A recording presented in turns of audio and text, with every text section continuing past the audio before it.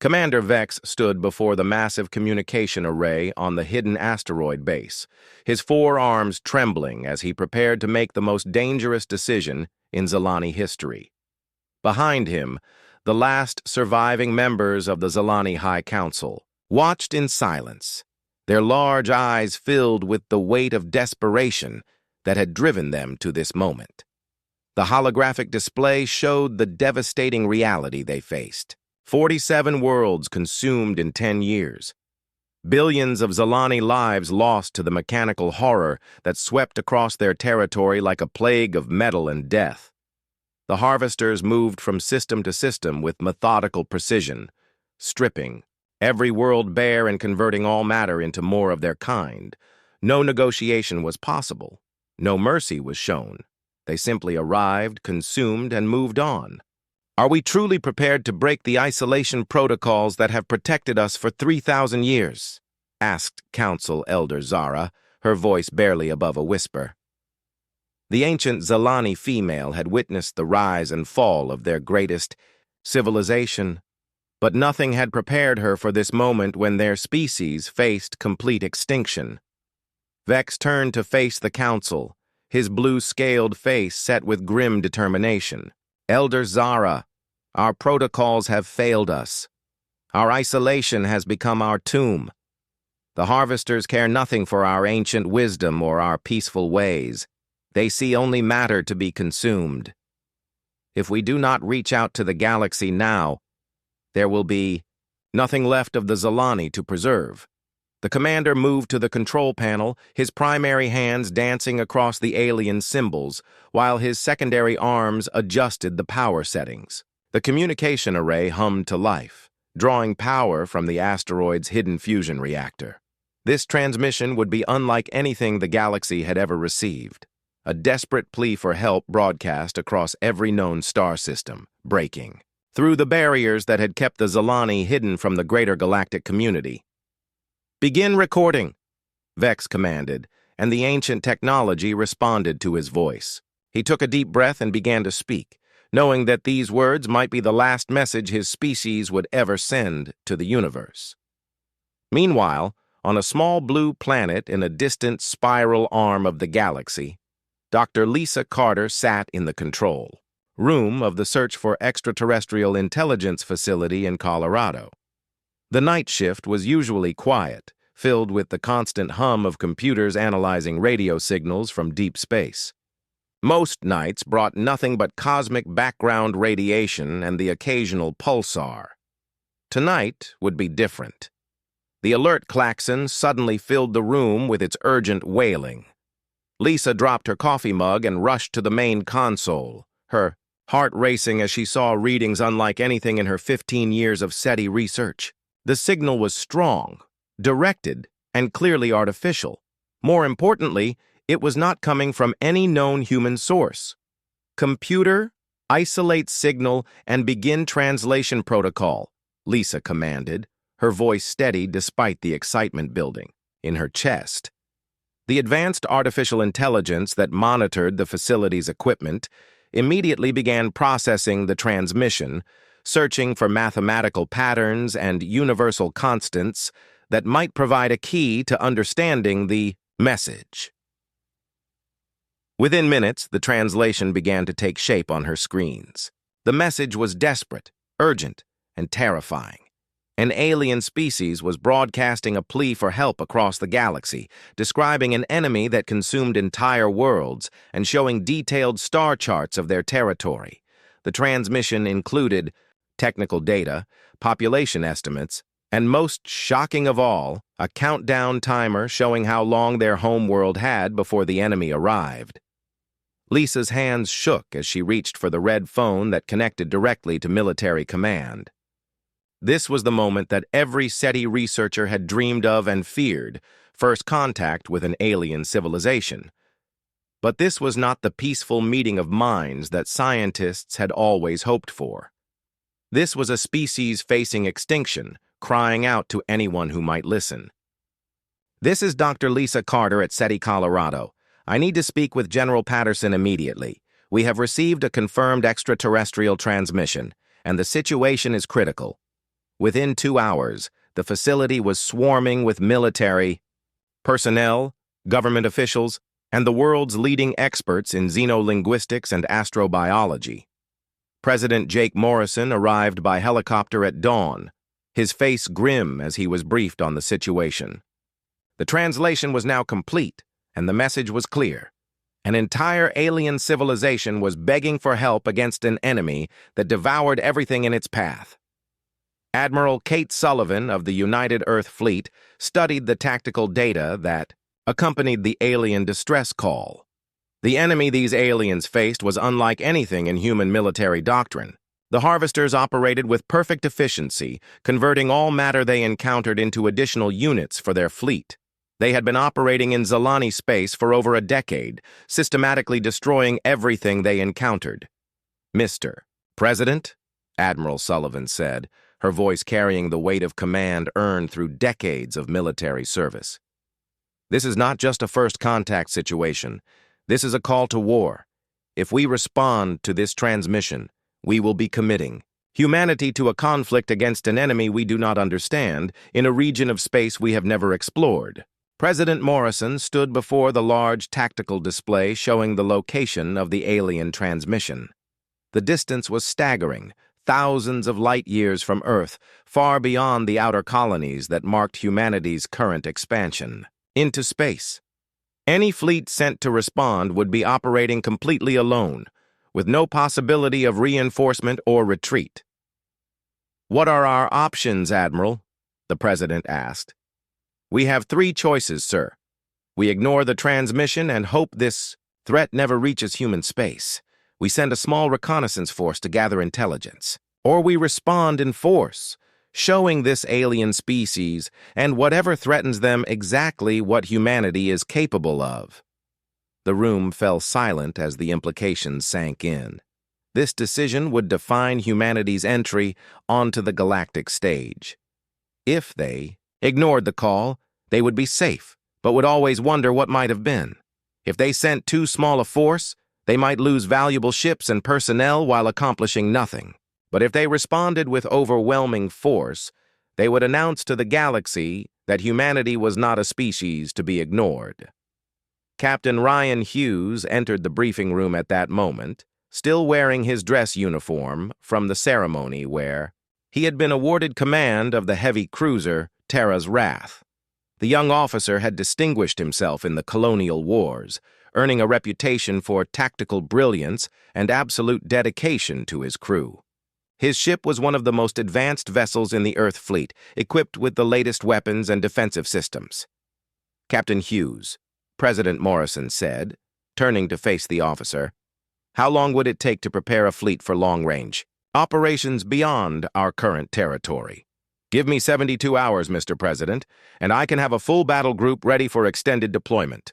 My ship is already equipped for long-range operations, and I have the best crew in the fleet." The decision was made in that moment. Humanity would answer the call.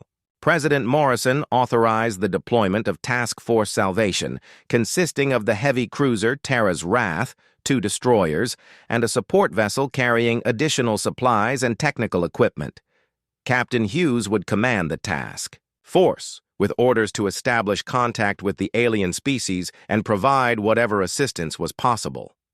As the fleet prepared for departure, none of them realized they were about to change the balance of power in the galaxy forever.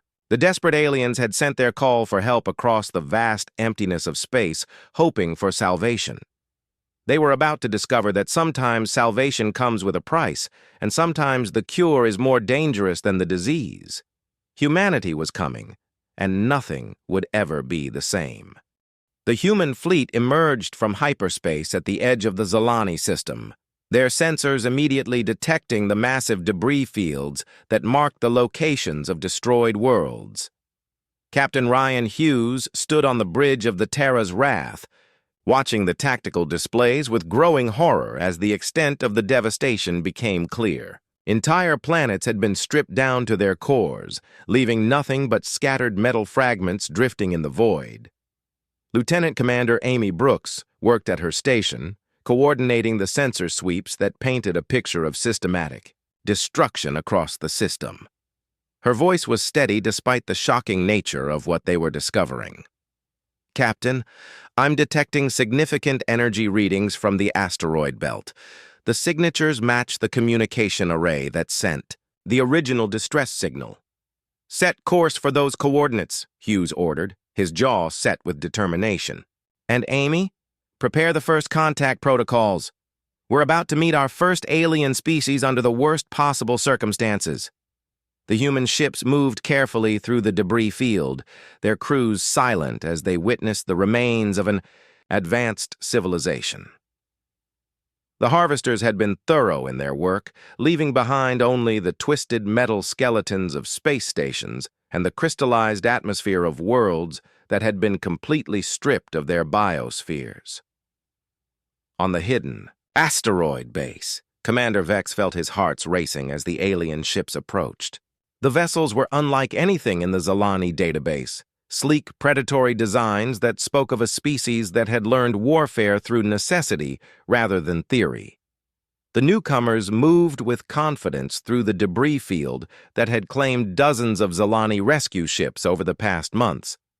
"Incoming transmission on standard galactic frequencies," announced communications specialist Kira, her young voice betraying the excitement that all Zalani felt at this historic moment. "They are using mathematical progressions to establish linguistic protocols." Vex moved to the communication station, his four arms working efficiently to respond to the alien contact attempt.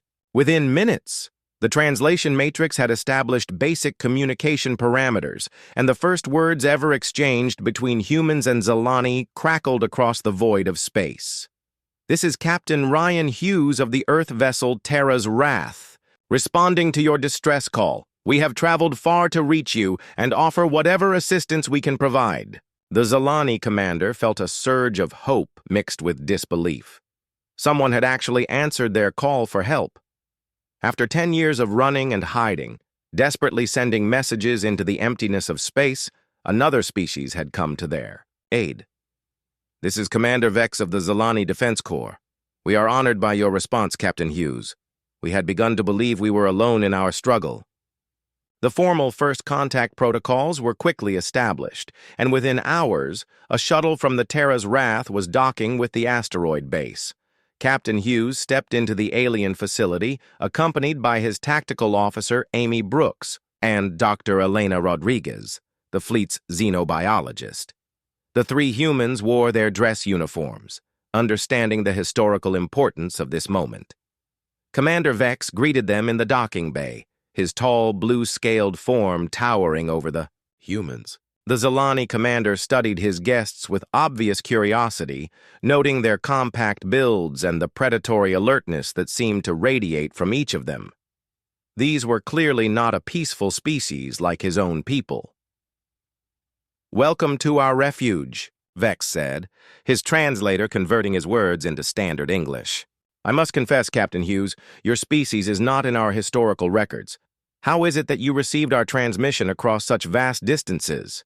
Captain Hughes exchanged glances with his officers before responding.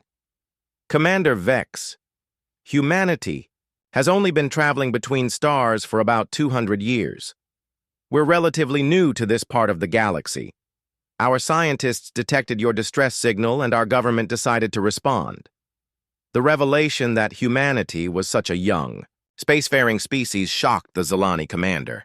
His people had been exploring space for over 10,000 years, yet these newcomers had somehow developed technology advanced enough to cross the galaxy in response to their call. 200 years, Vex repeated, his voice filled with disbelief. "Captain, my people have been fleeing the harvesters for a decade. In that time, we have sent distress calls to 47 known civilizations. You are the first to respond."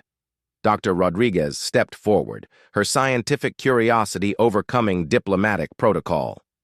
"Commander, we need to understand exactly what we're facing here. Can you show us data on these harvesters and their capabilities?" The briefing that followed painted a terrifying picture of mechanical efficiency. The harvesters were self-replicating machines that converted all matter they encountered into additional units for their fleet. They had consumed 47 Zalani, worlds over the past decade, systematically working their way through inhabited systems with perfect methodical precision. Lieutenant Commander Brooks studied the tactical data with the sharp eye of a professional warrior. What she saw disturbed her on a fundamental level. Commander Vex, I notice that all of your engagements with the Harvesters show the same pattern. Your forces make initial contact, exchange fire briefly, then retreat when the enemy proves superior. Why have you never attempted to destroy their production facilities or manufacturing centers? The question seemed to confuse the Zilani commander. Lieutenant Commander Brooks, the Harvesters are vastly superior in numbers and technology. Any direct assault would result in the complete destruction of our forces. We have focused on preservation of life and strategic withdrawal to avoid unnecessary casualties. Captain Hughes felt a chill run down his spine as the implications became clear. The Zilani were not warriors by nature or training. They were a peaceful species that had been thrust into a war they did not understand how to fight. Their every instinct was to preserve life and avoid conflict, which made them perfect victims for an enemy that understood only consumption and expansion. Commander, Captain Hughes said carefully, how many Harvesters do your estimates suggest are currently operating in this sector? Our intelligence indicates approximately 10,000 individual units, supported by 50 major manufacturing platforms and countless smaller production facilities, Vex replied. The numbers increase daily as they convert more matter into additional units. Amy Brooks made quick calculations on her tactical computer.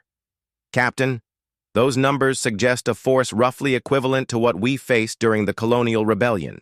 The Harvesters have numerical superiority, but our analysis of their tactical patterns shows significant weaknesses that could be exploited. Dr. Rodriguez had been studying the biological data on the Zilani throughout the briefing. What she discovered explained much about their approach to the war. Captain, the Zilani physiology shows clear adaptations for a peaceful society. Their neural chemistry is optimized for cooperation and conflict avoidance. They literally cannot think like warriors because their biology prevents them from considering total warfare as a viable option. The human officers exchanged meaningful glances. They were beginning to understand the true scope of the situation they had entered. The Zilani were not just losing a war. They were psychologically incapable of fighting the kind of war necessary for survival against an enemy like the Harvesters. Commander Vex noticed the change in the humans' behavior as they processed this information. There was something in their eyes that had not been there before, a cold calculation that spoke of predatory intelligence. Captain Hughes, what are your intentions regarding the Harvester threat? Captain Hughes stood and walked to the observation window that showed the debris field of a destroyed world. His reflection in the transparent aluminum showed the face of a species that had learned warfare through millennia of conflict. Commander Vex, my species has a saying, if you want peace, prepare for war. The Zilani have tried to preserve peace in the face of an enemy that understands only destruction. It's time to show these Harvesters what happens when they threaten innocence. The Zilani commander felt a mixture of hope and fear as he watched the human captain. These newcomers spoke of war with a casual confidence that both thrilled and terrified him. They had answered the call for help, but Commander Vex was beginning to suspect that his people might have invited something far more dangerous than the Harvesters into their space. The humans had come to save them, but salvation might come at a price that would change everything. The attack came without warning 3 days after the humans had established their base of operations on the asteroid. The Harvester scout swarm emerged from hyperspace at the edge of the system, their sensors immediately detecting the unusual energy signatures of the human ships. Unlike every other species they had encountered, these newcomers did not immediately begin retreat preparations when detected. On the bridge of the Terra's Wrath, Captain Hughes watched the tactical display as dozens of mechanical vessels moved toward their position with perfect formation precision. Each Harvester ship was identical to the others, angular metallic constructs designed for maximum efficiency in stripping matter from planets and converting it into additional units for their fleet. Lieutenant Commander Brooks studied the incoming formation with professional interest. Captain, I count 47 enemy vessels approaching in standard search pattern. Their movement suggests they consider us a minor obstacle to be cleared before continuing their harvesting operations.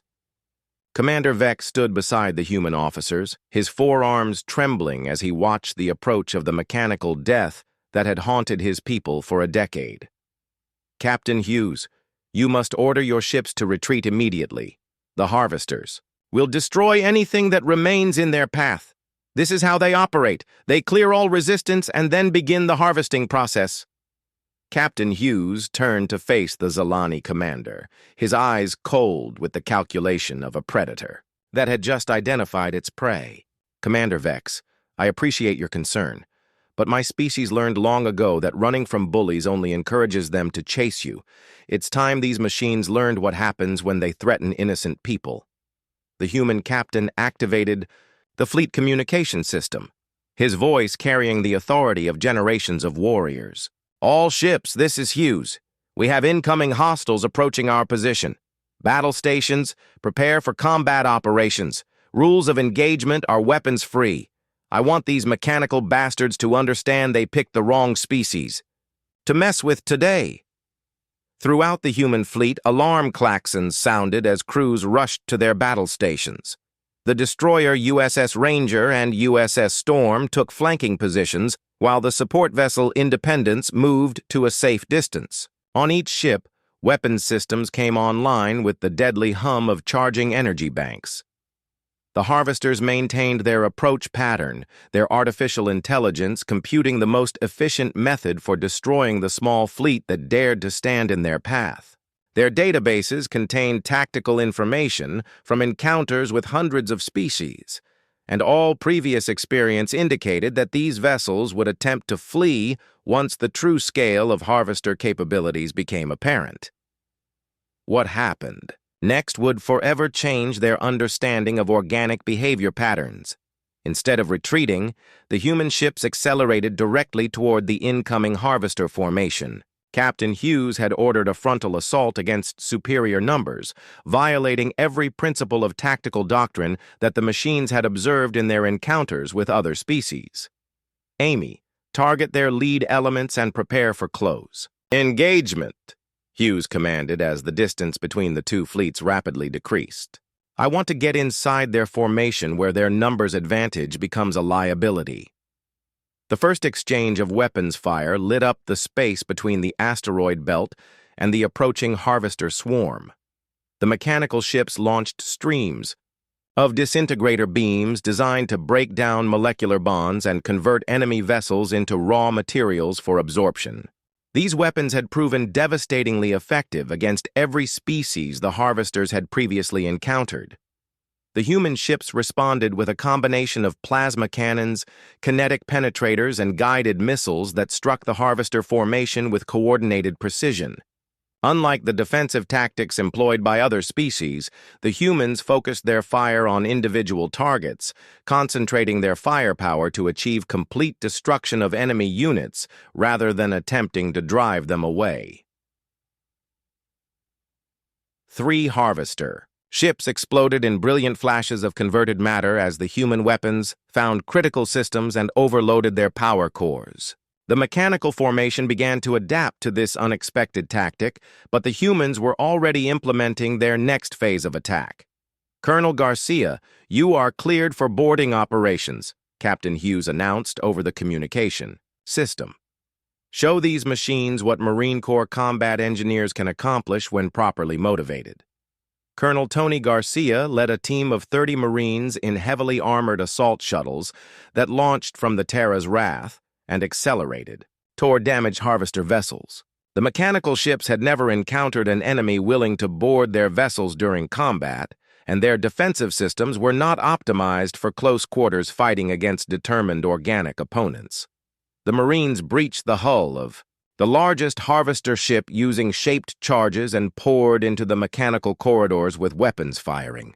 Their mission was simple but effective: plant nuclear demolition charges throughout the ship's critical systems and escape before the timer reached 0. Commander Vex watched the battle from the asteroid base with growing amazement and horror. The humans were not just fighting the harvesters. They were systematically destroying them with tactics that seemed to violate every principle of civilized warfare. Where other species had tried to minimize casualties and preserve their forces, the humans threw themselves into combat with absolute commitment to victory regardless of cost. The boarding action succeeded beyond all expectations. Colonel Garcia and his Marines planted their charges and escaped just as the harvester ship's power core destabilized. The explosion took out 3 additional enemy vessels that had moved too close in an attempt to provide support. But what truly amazed the watching Zalani was what happened next. Instead of retreating to a safe distance to celebrate their victory, the human ships immediately began salvage operations on the destroyed harvester vessels. Teams of engineers and technicians swarmed over the wreckage, cutting away useful technology and loading it into their cargo bays. Dr. Elena Rodriguez worked frantically in the Terra's Wrath's science bay, analyzing fragments of harvester technology, with equipment that had been designed for studying alien artifacts. Within hours of the battle's end, she had made significant breakthroughs in understanding how the mechanical ships operated and how their weapons systems functioned. "Captain, I've isolated the communication protocols used by the Harvester Network," Dr. Rodriguez announced over the intercom. Their ships maintain constant data links with each other, sharing tactical information and coordinating their actions through quantum entanglement transmitters. Commander Paul Martinez, the fleet's chief engineer, was equally busy in the engineering sections, studying captured harvester propulsion systems and power generation technology. The human engineer worked with the focused intensity of someone who understood that knowledge gained from enemy technology could mean the difference between victory and defeat in future engagements. "Captain Hughes, I think I understand how their manufacturing systems work," Martinez reported. "These machines don't just destroy matter, they convert it using a process that's incredibly efficient but also incredibly vulnerable to disruption if you know the right frequency modulations." The implications of this discovery sent ripples of excitement through the human fleet. If they could disrupt the harvester manufacturing process, they could potentially turn the enemy's greatest strength into a critical weakness. Commander Vex requested permission to visit the Terra's Wrath after the battle, curious to understand how the humans had achieved such a decisive victory. What he found disturbed him on a fundamental level. The human ship was a hive of activity as crew members worked around the clock to integrate captured harvester technology into their own systems. "Captain Hughes, your people are modifying their weapons with enemy technology just hours after the battle ended," Vex observed, his voice filled with concern. "This level of adaptation is unprecedented in my experience." Captain Hughes looked up from a tactical display that now showed hybrid human harvester weapon configurations. "Commander, my species has always believed that the best way to defeat an enemy is to understand them completely. We study everything about our opponents, their technology, their tactics, their weaknesses. Then we adapt our own capabilities to exploit what we've learned." The Zalani commander felt a chill as he realized what he was witnessing. The humans had not just defeated a harvester formation, they had learned from it, adapted to it, and improved their own capabilities as a result. They were evolving as warriors even as the battle continued, becoming more dangerous with each encounter. As reports of the human victory spread through the hidden Zalani refugee fleets, other commanders began emerging from their hiding places to witness these impossible newcomers. But some Zalani began to whisper among themselves, wondering if they had traded one existential threat for another. The humans had come to save them, but their methods were unlike anything the peaceful Zalani could comprehend. Victory was coming, but at what cost to the galaxy? The arrival of Admiral Kate Sullivan changed everything about the human war effort against the Harvesters. Her massive dreadnought New Frontier emerged from hyperspace, followed by 12 additional warships, bringing the total human fleet strength to numbers that made even the confident Captain Hughes reconsider his tactical assessments. The Admiral had not come to observe or provide support. She had come to win a war. Commander Vex watched from the asteroid base as the human reinforcements took position throughout the system, establishing forward operating bases and patrol routes, with military precision that spoke of centuries of warfare experience. The speed with which they transformed the Zalani refuge into a fortress amazed him, but also deepened his growing concerns about what his people had unleashed. Admiral Sullivan called for an immediate strategic conference aboard the New Frontier, bringing together all senior human officers and Commander Vex to plan the next phase of operations. The Admiral's reputation preceded her. She was known throughout human space as the architect of victory in 3 major colonial wars, a strategist who understood that winning battles was meaningless unless you won the war. "Gentlemen and Commander, Vex," Admiral Sullivan began, her voice carrying the authority of absolute command. "We are not here to fight a defensive war against these mechanical parasites. Captain Hughes has proven that individual harvester formations can be defeated, but our intelligence indicates they have manufacturing capabilities that can replace losses faster than we can inflict them.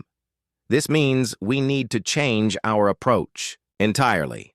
Captain Alex Turner of the New Frontier's Tactical Department stepped forward to present the strategic analysis his team had prepared. Turner was legendary among human military circles for his ability to find weaknesses in seemingly impossible situations.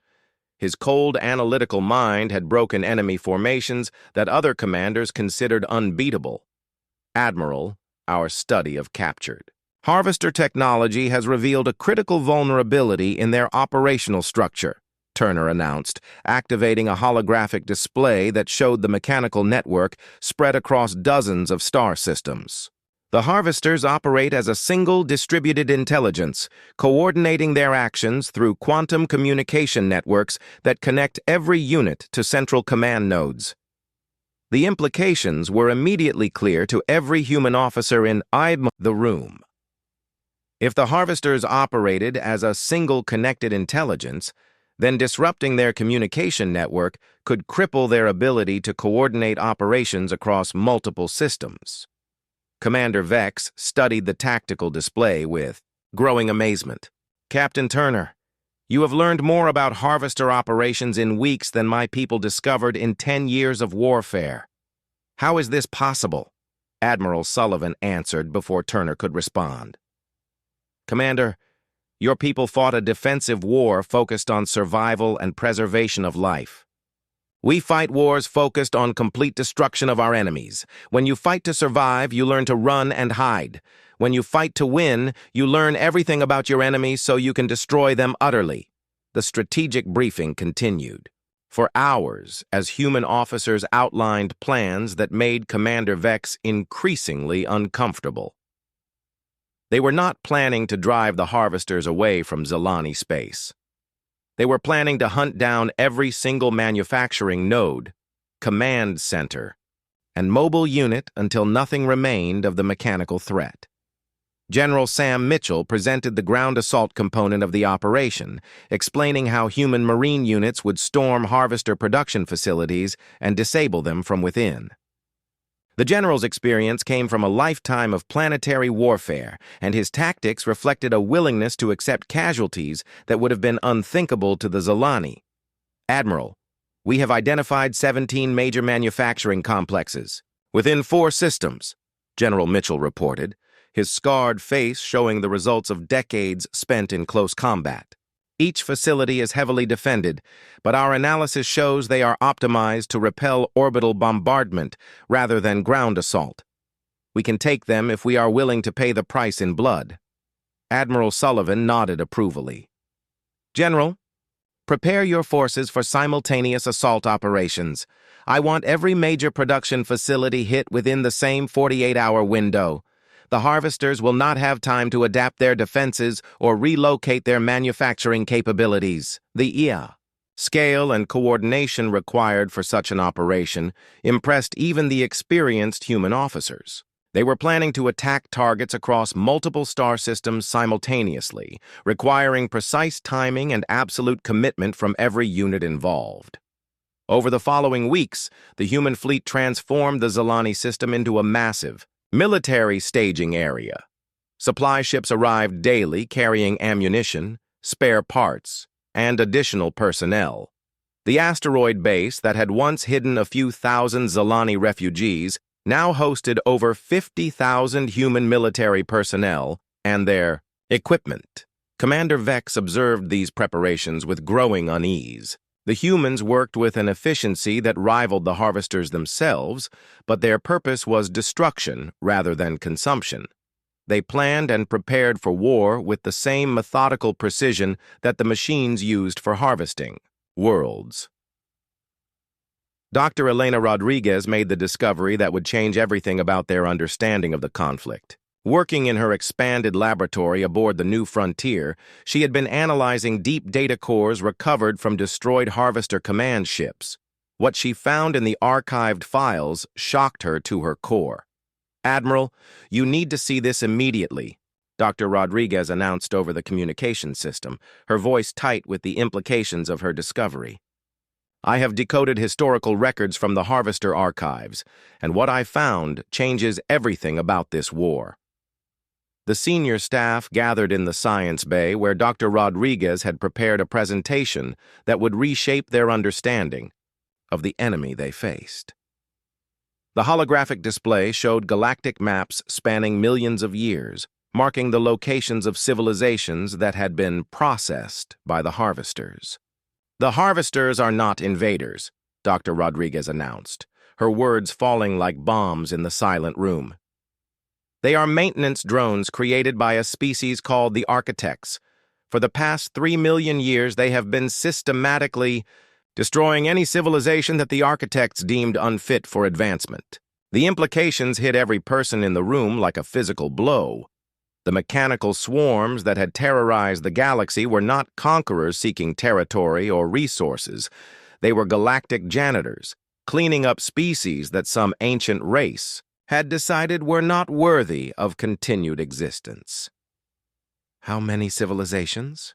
Admiral Sullivan asked, her voice deadly quiet. Dr. Rodriguez consulted her data files, her face pale with the magnitude of what she had discovered. "Over 4,000 confirmed species extinctions. The harvesters have been operating continuously for millennia, following a directive to eliminate any civilization that fails to meet specific advancement criteria established by the Architects." Commander Vex felt his legs give way as the truth sank in. His people had not been fighting an invasion. They had been scheduled for extermination by a species that considered itself qualified to judge the worth of entire civilizations. The Zalani, with their peaceful nature and focus on harmony, had been marked for elimination because they did not meet someone else's standards for galactic citizenship. Captain Turner studied the historical data with the cold calculation that made him such an effective strategist. "Admiral, if the harvesters are following ancient programming, then there must be a central command authority directing their operations. The architects who created them might still be active." The room fell silent as the implications became clear. If the architects still existed, then destroying the harvesters would only be a temporary solution. The ancient species could simply create more mechanical cleaners and continue their program of galactic maintenance. Admiral Sullivan stood before the tactical display, her face set with the grim determination that had carried her through 3 major wars. "Dr. Rodriguez, can you determine the location of the Architect home system from these archives?" "Yes, Admiral. The navigational data includes star charts showing the origin point for all harvester operations. The Architect home system is approximately 800 light-years from our current position." The Admiral turned to address the assembled officers, her voice carrying the weight of a decision that would echo through history. Gentlemen, we came here to save an innocent species from mechanical destroyers. We have now learned that those destroyers are servants of a master race that has appointed itself judge and executioner for the galaxy. This changes our mission completely. Commander Vex found his voice despite the shock of what he had learned. Admiral Sullivan, what are you saying? The human admiral looked directly at the Zalani commander, her eyes burning with the fury of a species that had never accepted the authority of self-appointed superiors. Commander, we are going to find these architects and have a conversation with them about their presumption in deciding which species deserve to live. And if they do not like what we have to say, we are going to show them what happens when apex predators discover that someone has been culling the herd without permission.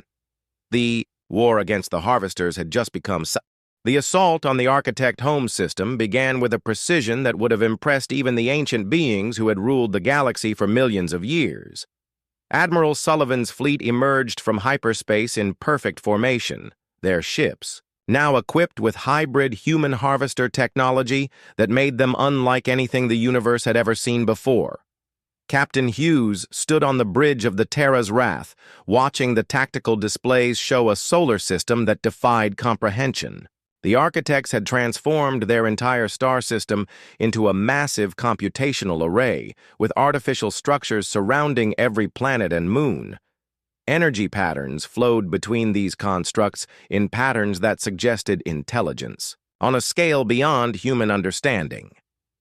The architects detected the approaching human fleet immediately, but their response revealed the arrogance of a species that had ruled unchallenged for eons. Instead of mobilizing defensive forces, they transmitted a message filled with the authority of absolute power. Unknown organic entities, you have entered restricted space belonging to the Architect Council. Your presence here violates protocols established 3 million years before your species achieved consciousness. You will retreat immediately or face processing by our enforcement mechanisms. Admiral Sullivan listened to the transmission from her command center aboard the New Frontier, her face showing the cold fury that had made her legendary among human military forces. The tone of absolute authority in the alien message reminded her of every tyrant and dictator humanity had ever faced, and her response was immediate and decisive. This is Admiral Kate Sullivan of the United Earth Fleet, responding to the Architect Council. We have come to discuss your unauthorized extermination of innocent species throughout this galaxy. Your enforcement mechanisms have failed to stop us so far, and they will not stop us now. We demand an immediate end to your harvester operations and reparations for the civilizations you have destroyed. The response from the architects came not in words, but in action. Massive defensive platforms began powering up throughout the system, revealing weapon systems that could destroy entire planets with focused energy beams. The ancient beings had not expected anyone to challenge their authority directly, but they were prepared to enforce their will with overwhelming force. Captain Alex Turner coordinated the human battle plan from his position on the New Frontier's tactical bridge. His analysis of the architect defenses had revealed critical weaknesses in systems that had not been updated for millions of years. The ancient beings had grown complacent in their power, believing that no species would dare challenge their authority. Admiral, the architect defensive grid is impressive but outdated, Turner reported as his computers analyzed the energy patterns flowing through the alien constructs. Their systems are optimized for dealing with species at early spacefaring development levels. They have no experience fighting an enemy that has studied their technology and learned to counter it. The battle for the Architect home system became a demonstration of what happened when absolute power met absolute determination. The human fleet attacked with tactics that violated every principle the ancient beings understood about warfare. Instead of trying to match the Architect's superior firepower, the humans used speed, deception, and their willingness to accept casualties to get inside the defensive perimeter. Colonel Tony Garcia led Marine assault teams against Architect control centers, fighting through corridors that had not seen combat in millions of years. The ancient beings had physical forms but no experience with ground combat, having relied on their harvester drones to handle all violent encounters for eons beyond counting. The Marines fought their way through crystalline passages filled with beings that looked like living geometric patterns, creatures of pure energy constrained within complex mathematical frameworks. The architects were ancient beyond measure and possessed intelligence that spanned galaxies, but they had forgotten how to fight for their lives. Dr. Elena Rodriguez worked frantically to decode architect data systems as the battle raged around. The fleet. Her discoveries painted a picture of a species that had appointed itself guardian of galactic development, deciding which civilizations deserved to survive based on criteria that reflected their own biases and limitations. "Admiral, I have accessed their historical records," Dr. Rodriguez announced over the communication system as explosions lit up the space around them. "The architects have destroyed over 10,000 species in the past million years alone.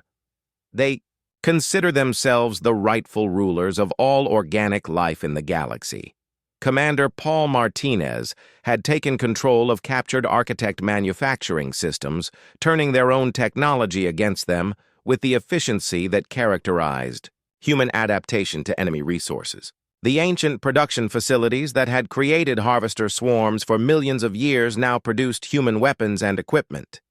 "Admiral Sullivan, we have control of 3 major manufacturing complexes," Martinez reported as his engineering teams worked to understand technology that was older than human civilization.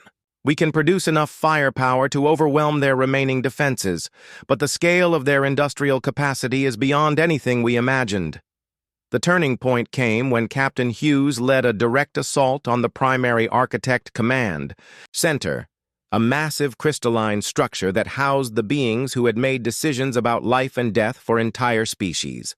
The human captain fought his way through defensive systems that had never been tested against an enemy willing to die rather than submit. In the central chamber of the command complex, Hughes came face to face with the Architect Council itself.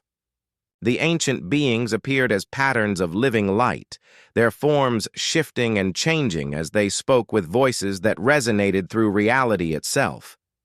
"Organic entity. Your species demonstrates the chaos and violence that justify our cleansing." "Protocols," the lead architect declared, its voice carrying the weight of eons. "You have proven yourselves unfit for continued existence through your actions here today." Captain Hughes raised his weapon toward the beings that had condemned countless civilizations to extinction. His response carried the fury of every species that had been judged and found wanting by these self-appointed gods. "You want to talk about being unfit for existence? You have murdered entire civilizations because they did not meet your standards. You have appointed yourselves judges over species you considered inferior. Today, you face judgment from a species that does not recognize your authority. The final battle was not won through superior firepower or advanced technology, but through human determination to survive against impossible odds. The architects had ruled the galaxy through fear and overwhelming force, but they had never faced an enemy that refused to accept defeat. When the last architect command center fell silent, Admiral Sullivan stood in the ruins of a civilization that had lasted for millions of years. The beings who had decided the fate of countless species were gone, their technology captured and their authority shattered forever. Commander Vex arrived with the Zalani fleet as the human forces completed their occupation of the Architect home system. The peaceful alien commander looked upon the destruction with a mixture of gratitude and terror, understanding that his people's salvation had come at a price that would reshape the galaxy. "Admiral Sullivan, my people owe you a debt that can never be repaid," Commander Vex said as he surveyed the captured Architect facilities. "You have freed the galaxy from a tyranny that lasted for millions of years." The human admiral stood before the tactical displays, showing human forces spreading throughout former Architect territory, establishing colonies and bases on worlds that had served the ancient beings for eons. Her response reflected the transformation that victory had brought to humanity's role in the galaxy. Commander Vex, we came when you called for help, and we did what needed to be done. The galaxy is free from the architect threat, but freedom comes with responsibilities. Someone needs to ensure that no other species tries to become galactic dictators. As human expansion continued across former architect space, other alien civilizations began to understand the new reality they faced. Humanity had answered a desperate call for help and had ended up overthrowing the galactic order that had existed for millions of years. The cure had indeed proven more transformative than the disease. The story concluded with Earth receiving dozens of new distress calls from across the galaxy, as species facing various threats specifically requested human intervention. The pattern was clear. Humanity had become the galaxy's problem solvers, and everyone knew it.